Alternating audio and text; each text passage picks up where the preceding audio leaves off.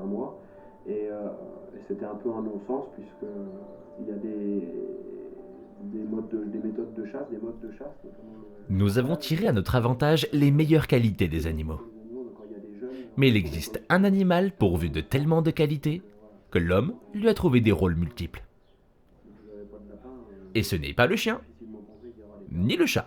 C'est pas simple. Et c'est pas rassurant de se dire que sur des espèces C'est un comme ça, animal à on va grandes avoir oreilles qui aimerait bien, pour une c'est fois, énorme. sortir de sa cage.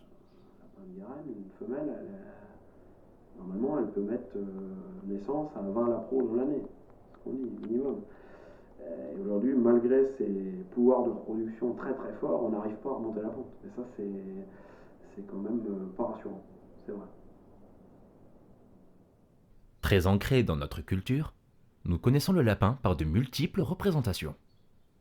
Emblème sexuel de par son pouvoir de reproduction, modèle discret mais bien présent dans l'art, il a malgré tout une place aux côtés des humains. Au Japon, le lapin est intimement lié avec la lune et il possède même un sanctuaire à son effigie. Mais il ne faut pas oublier qu'il est l'une des stars de la fête de Pâques. Le lapin est aussi un personnage espiègle pour la jeunesse. Le lapin est absolument partout. Mais en fait, c'est quoi un lapin ?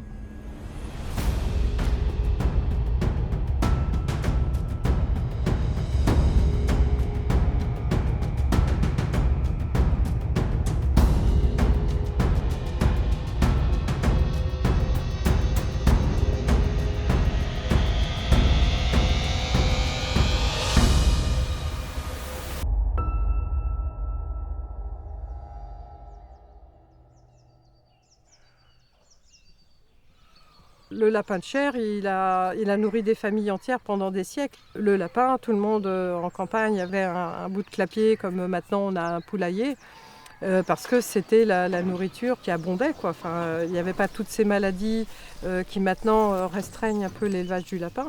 Mais le lapin a contribué à nourrir les campagnes.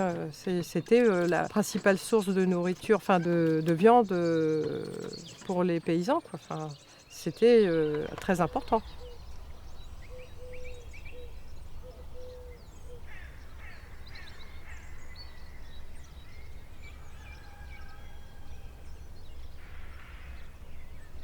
Ma vision, pour moi, les animaux, c'est en plein air. Alors, je peux comprendre qu'il y a un besoin de nourrir les gens, mais pour moi, il y a une façon de les nourrir. Moi, j'aurais pas pu faire de l'élevage en bâtiment. Ouais, c'était ou du plein air ou pas du tout.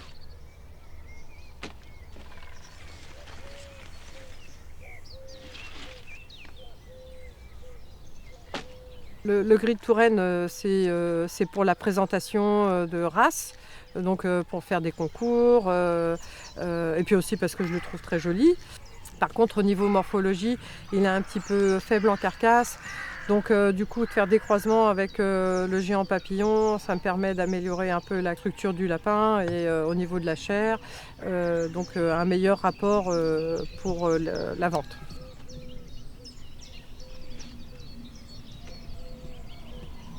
Et c'est vrai que la partie abattage, c'est toujours un peu plus dur parce que on a plus d'affect peut-être sur un lapin, parce que peut-être que c'est parce que c'est un mammifère, je ne sais pas. Enfin, je me suis posé beaucoup de questions par rapport à ça aussi. Moi, j'estime qu'en tant qu'éleveuse, je me dois de savoir faire aussi abréger la vie. Si en plus il y a besoin urgent d'intervenir pour que le lapin ne souffre pas, il faut savoir faire, quoi. C'est jamais là une partie très, c'est pas plaisant. Mais et puis on a choisi de faire de l'élevage, on assume. Voilà.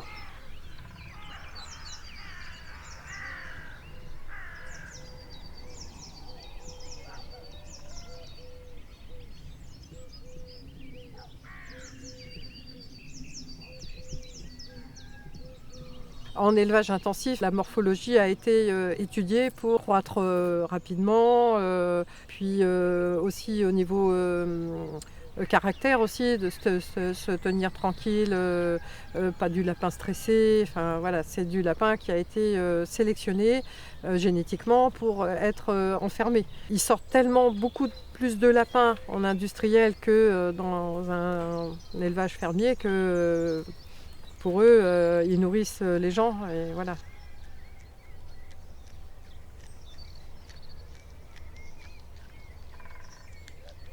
C'est une façon d'élever pour eux qui est impensable autrement et qui ne voudraient pas forcément passer au bio parce que déjà toute la conception de leur élevage est faite pour mettre en bâtiment.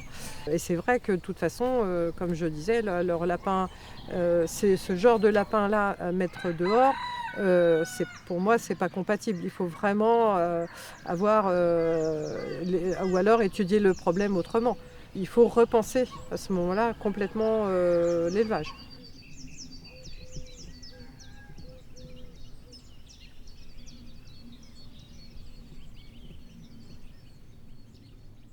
En plus de sa capacité à se reproduire à vitesse grand V, on réalise rapidement que le lapin a une autre qualité rare.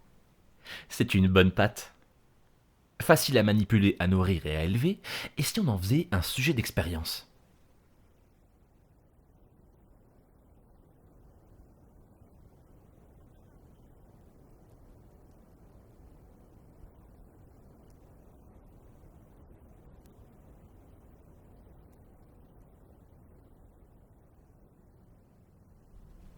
Dans l'ensemble des espèces qui sont utilisées en expérimentation animale, le lapin, ça va être à peu près 9%. Et pourquoi le lapin ? Parce qu'en fin de compte, déjà c'est un mammifère. Donc par exemple, pour tester des médicaments ou créer des anticorps, etc., il faut que ce soit du mammifère. Et après, pour les autorisations de mise sur le marché, on a une obligation de faire X animaux de telle espèce, puis X animaux, etc.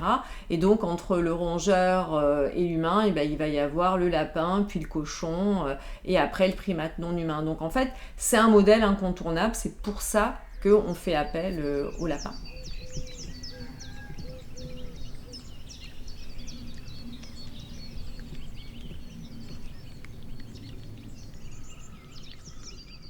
L'association Ethosphère, c'est une association qu'on a montée à plusieurs collègues, toutes impliquées dans le bien-être animal, toutes éthologistes ou spécialistes en éthique.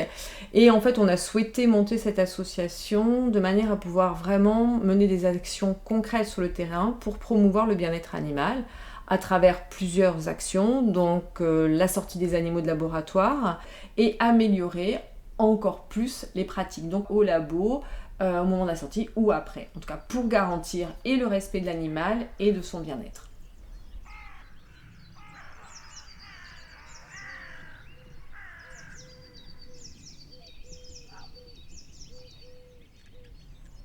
Alors par rapport au contact avec les labos de recherche, en fait, comme j'ai une double casquette à la fois en tant que directrice de recherche et aussi présidente de cette association, c'est assez facile en fin de compte parce que je rencontre les gens dans ma pratique professionnelle et je les sensibilise régulièrement à la réhabilitation et aux bonnes pratiques.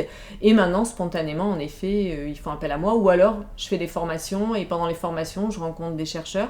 Et là, notamment, j'ai été assez impressionnée. Il y a une jeune génération qui ont tout de suite accroché, qui m'ont demandé mais est-ce que vous pourriez venir au labo, nous aider à remettre des animaux ensemble, et qui sont prêts en fin de compte à s'impliquer, et ça fait vraiment plaisir. Je sens qu'il y a des choses qui bougent. Alors en recherche expérimentale, en fait, il y a des grands domaines. Par exemple, en médecine, on va plutôt utiliser des lapins blancs, Nouvelle-Zélande, donc albinos, parce que c'est très pratique, donc toujours pareil, à manipuler, mais aussi parce que leurs oreilles sont dépigmentées, donc c'est facile pour trouver les veines, pour faire des injections, pour faire des prises de sang. Donc ça, c'est la condition labo, on va dire, dans l'imaginaire collectif. Et après, la recherche expérimentale, c'est aussi la recherche agronomique. Et là, on va travailler sur des races qui sont des races d'élevage, donc du lapin de chair, donc du gros lapin. Et à ce moment-là, on est très très loin du petit lapin blanc, on va être du lapin de toutes les couleurs, du noir, du fauve, etc. Et surtout du lapin qui va quand même atteindre, qui peut faire ses 5-6 kilos à l'âge adulte.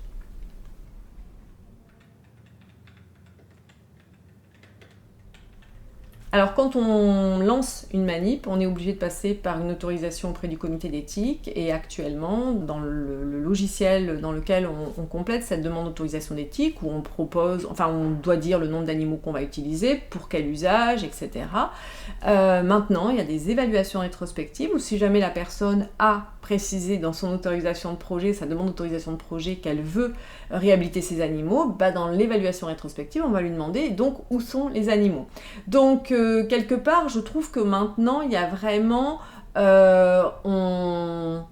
on facilite en donnant de l'information et en expliquant comment ça peut se passer. Après, maintenant, il va falloir encore travailler là-dessus, mais clairement, le fait que ce soit maintenant dans les documents pour les autorisations de projet, demandes d'autorisation de projet, c'est une excellente nouvelle parce que maintenant, plus personne ne pourra dire « je ne suis pas au courant ».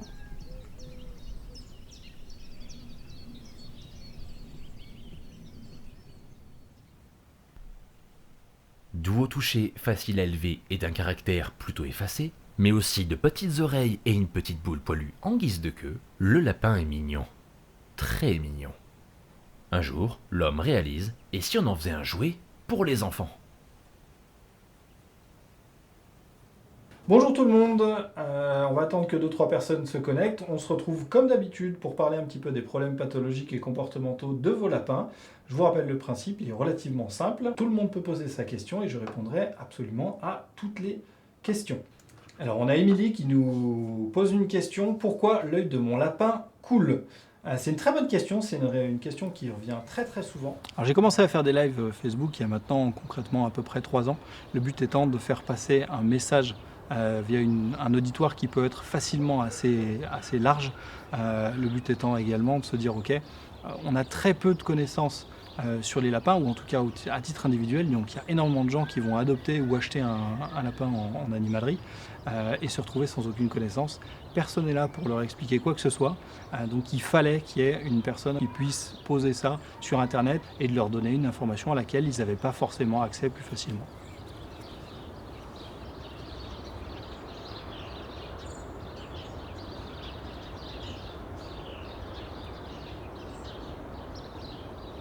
La page Facebook, en fait, elle s'appelle Quoi de neuf docteur ? Célèbre phrase « What's up doc ?» de Bugs Bunny, ce qui n'a rien à voir en fin de compte avec les vétérinaires, puisque je ne suis pas vétérinaire, contrairement à ce qu'on pourrait croire dans le titre de la page.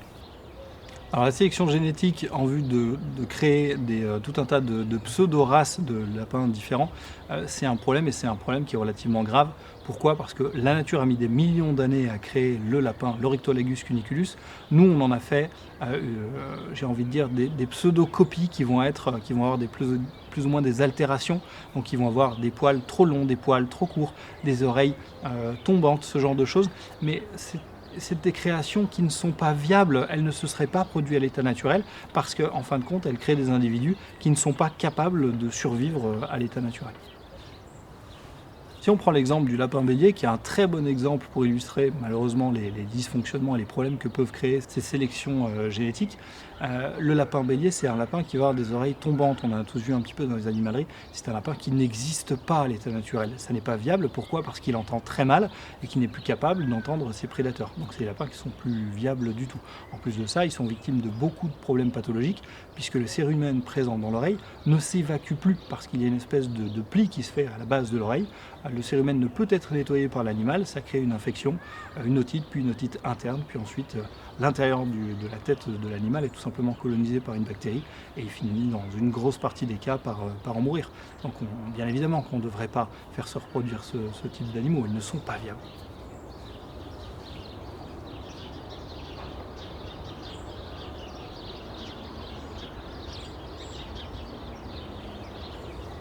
Il faut bien se rendre compte qu'aujourd'hui, dans l'industrie de la vente des animaux, on essaye tout simplement de vendre des animaux les plus mignons possibles. Mais le fait qu'ils soient viables ou, j'ai envie de dire, dans le futur potentiellement malades, tout le monde s'en fout. C'est aussi simple que ça. Donc ça crée un problème qui est évident quand on va avoir un lapin qu'on a payé généralement une trentaine d'euros en animalerie et qu'on va avoir des frais opératoires suite à ce genre de pathologies qui vont être de l'ordre de 500, 600 euros. Qu'est-ce que ça crée? Ça crée de l'abandon. Aujourd'hui, il faut savoir quelque chose qui est très important. On va vous parler énormément à la télé d'abandon de chiens, de chats. Les statistiques sont claires. Le premier animal abandonné en France est le chien, suivi du chat. Sauf qu'il y a une nuance qui est très intéressante là-dedans. C'est qu'il est plus difficile d'abandonner un chien qu'un lapin. Et les lapins, qu'est-ce qu'on en fait? On les balance dans les parcs publics, on les jette vivants dans les poubelles. Et malheureusement, la statistique qui est donnée par les organismes qui sont censés comptabiliser ces abandons, en fait, elle est fausse, ni plus ni moins. Parce qu'elle ne peut pas être vraie, étant donné que tous les lapins qui sont balancés vivants dans les parcs et ce genre de choses ne sont tout simplement jamais comptabilisés. Et ça, c'est un vrai drame.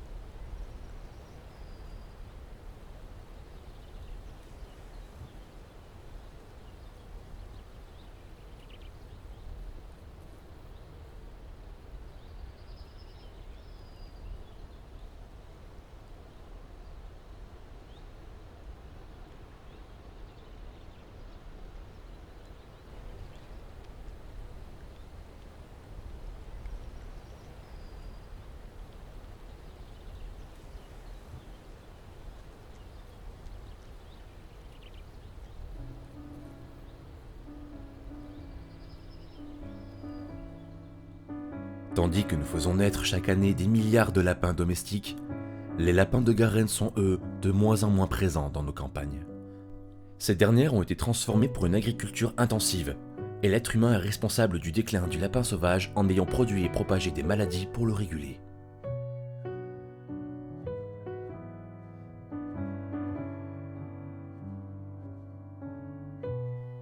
À cause de la myxomatose, 90% des lapins de Garenne en France ont disparu dans les années 50, et aujourd'hui, c'est la maladie virale hémorragique qui le menace.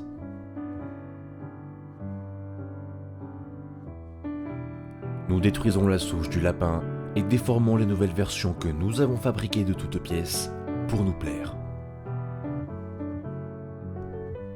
Existe-t-il un rapport sain entre l'être humain et le lapin ? Pourquoi à chaque fois nous voulons tirer des bénéfices de nos relations avec le vivant ?